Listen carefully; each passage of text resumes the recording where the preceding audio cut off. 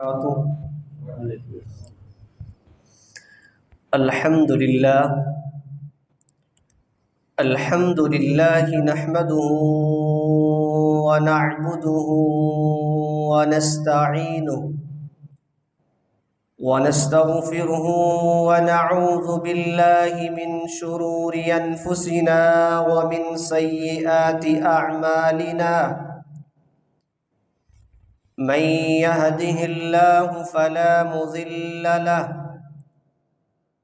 ومن يضلله فلا هادي له ونشهد أن لا إله إلا الله وحده لا شريك له ونشهد أن محمدًا عبده ورسوله أما بعد فإن خير الحديث كتاب الله وخير الهدي هدي محمد صلى الله عليه وسلم وشر الأمور محدثاتها وكل محدثة بدعة وكل بدعة ضلالة وكل ضلالة في النار.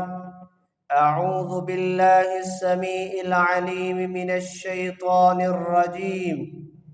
بسم الله الرحمن الرحيم.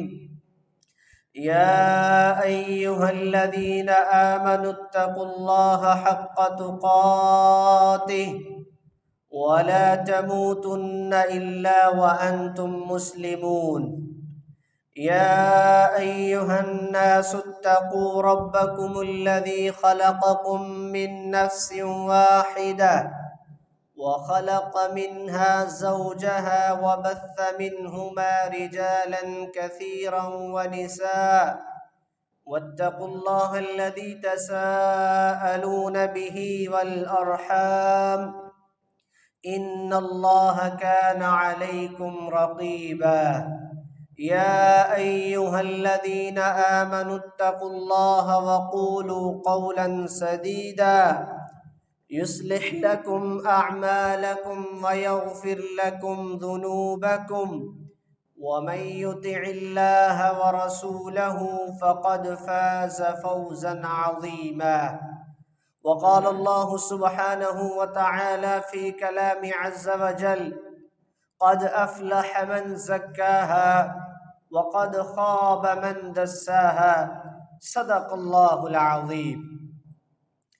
اللهم صل على محمد وعلى آل محمد كما صليت على إبراهيم وعلى آل إبراهيم إنك حميد مجيد. اللهم بارك على محمد وعلى آل محمد كما باركت على إبراهيم وعلى آل إبراهيم إنك حميد مجيد. ہر قسم کی حمد و ثنا، تعریف و تحلیل، تسبیح و تحمید اللہ سبحانہ و تعالی کے لیے خاص ہے۔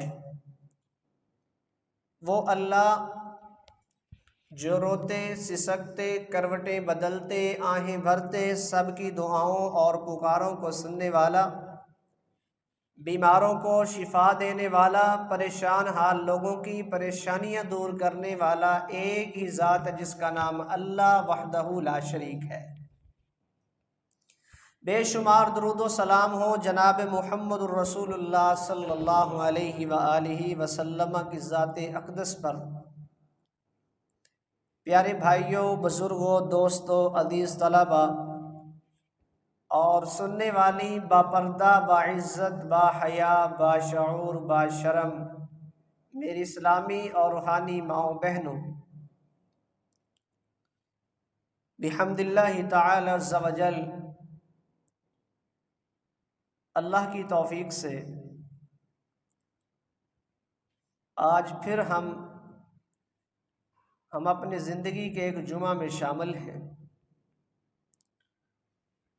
اللہ کے نبی صلی اللہ علیہ وسلم کی حدیث ہے: من یجمع من الجمعہ، کہ جو شخص جس ہفتے میں فوت ہوتا ہے اگر وہ جمعہ کے دن کو پا لیتا ہے، جمعے کے خطبے کو پا لیتا ہے، غفر اللہ تعالی، اللہ تعالی اس کے سارے گناہوں کو معاف کر دیتا ہے۔ اس کے ساتھ ہی ہمارے خطبے کا جو عنوان ہے، آج ہماری جو گفتگو ہونی ہے وہ ہے تزکیہ نفس کے حوالے سے۔ تزکیہ نفس ایک ایسا عنوان ہے جس کو اللہ تعالیٰ نے قرآن مجید کے 30 پاروں میں ڈسکس کیا ہے۔ اللہ رب العزت نے تزکیہ نفس کے عنوان کو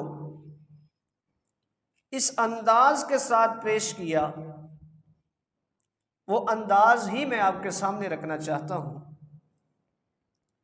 قرآن مجید 23 سال کی زندگی کے اندر اترا، اللہ تعالیٰ کے لیے مشکل نہیں، اللہ رب العزت چاہتے تو 1 گھنٹے میں اتار دیتے۔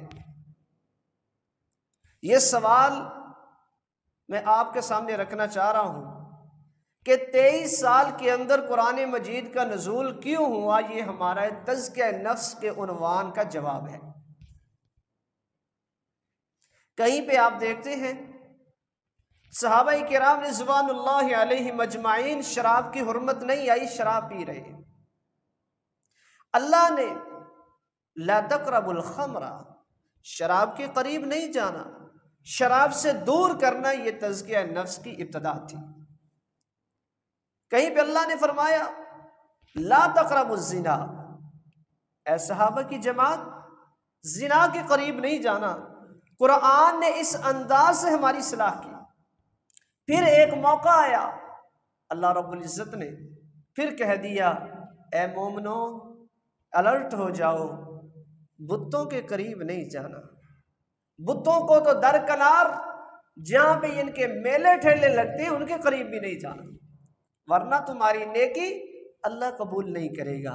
اللہ نے جہاں پر بھی ڈسکس کی، جہاں پر بھی بات کی، تزکیہ نفس کو ساتھ رکھا۔ وہ نماز ہو، روزہ ہو، حج ہو، زکوٰۃ ہو، جہاد ہو، تطوعات و خیرات ہو، جتنے بھی مسائل ہیں ان سارے مسائل کے کروانے کی اللہ کے ہاں حرمت اور حلت بیان کرنے کی صرف ایک ہی وجہ تھی، ان کا تزکیہ نفس ہو جائے۔ ہر نیکی کی ابتدا اور انتہا کس وجہ سے کہ انسان کا تزکیہ نفس ہو جائے۔ اور 23 سالہ زندگی کے اندر اللہ تعالیٰ نے قرآن مجید اس لیے یہ نازل کیا آہستہ آہستہ ترتیب کے ساتھ کہ انسانوں کے دلوں کے اندر قرآن جیسی نعمت اتر جائے اور یہ اپنی اصلاح کر کے مومن بن جائے، متقی پرہیزگار بن جائے۔ تزکیہ نفس کا معنی گناہوں سے دور ہو جانا، برائیوں سے دور ہو جانا، منکرات خطایات سے دور ہو جانا، اور متشبہات مشتبہ چیزیں جس میں حلال اور حرام کی مشتبیت موجود ہے، جس کے متعلق لوگ پریشان ہوتے ہیں مولانا صاحب قسطوں پہ چیز لینی چاہیے کہ نہیں لینی چاہیے؟ بعض علماء کہتے ہیں جائز ہے، بعض کہتے ہیں جائز نہیں ہے، مشتبہ مسئلہ ہے۔ ہمیں یہاں پہ تزکیہ نفس کے تقوی نے کیا حکم دیا کہ مشتبہ چیزوں سے بھی بچو۔ تو یہاں سے ہم اپنی بات کا آغاز کرتے ہیں کہ تزکیہ نفس کے لیے آپ حیران ہوں گے قرآن مجید کے اندر اللہ تعالیٰ نے اپنی الوہیت، ربوبیت، اپنی اسماء و صفات کا ذکر کیا۔ کہیں 2 قسمیں اٹھائیں، کہیں 3 قسمیں اٹھائیں، کہیں 4 قسمیں اٹھائیں۔ یاد رکھیے واضح صرف ایک مسئلہ ہے جسے ہم تزکیہ نفس کہتے ہیں، جب اللہ نے اس کا ذکر کیا تو 11 قسمیں اٹھائی۔ کتنی قسمیں اٹھائی ہیں بھائیوں؟ 11 قسمیں اٹھائی، کیونکہ اللہ رب العزت کا پورا قرآن نازل کرنے کا مقصد ہی تزکیہ نفس تھا۔ اللہ رب العزت ارشاد فرماتے ہیں وَالشَّمْسِ وَضُحَاهَا وَالْقَمَرِ إِذَا تَلَاهَا وَالنَّهَارِ إِذَا جَلَّاهَا وَاللَّيْلِ إِذَا يَغْشَاهَا والسماء وما بناها والأرض وما طحاها ونفس وما سواها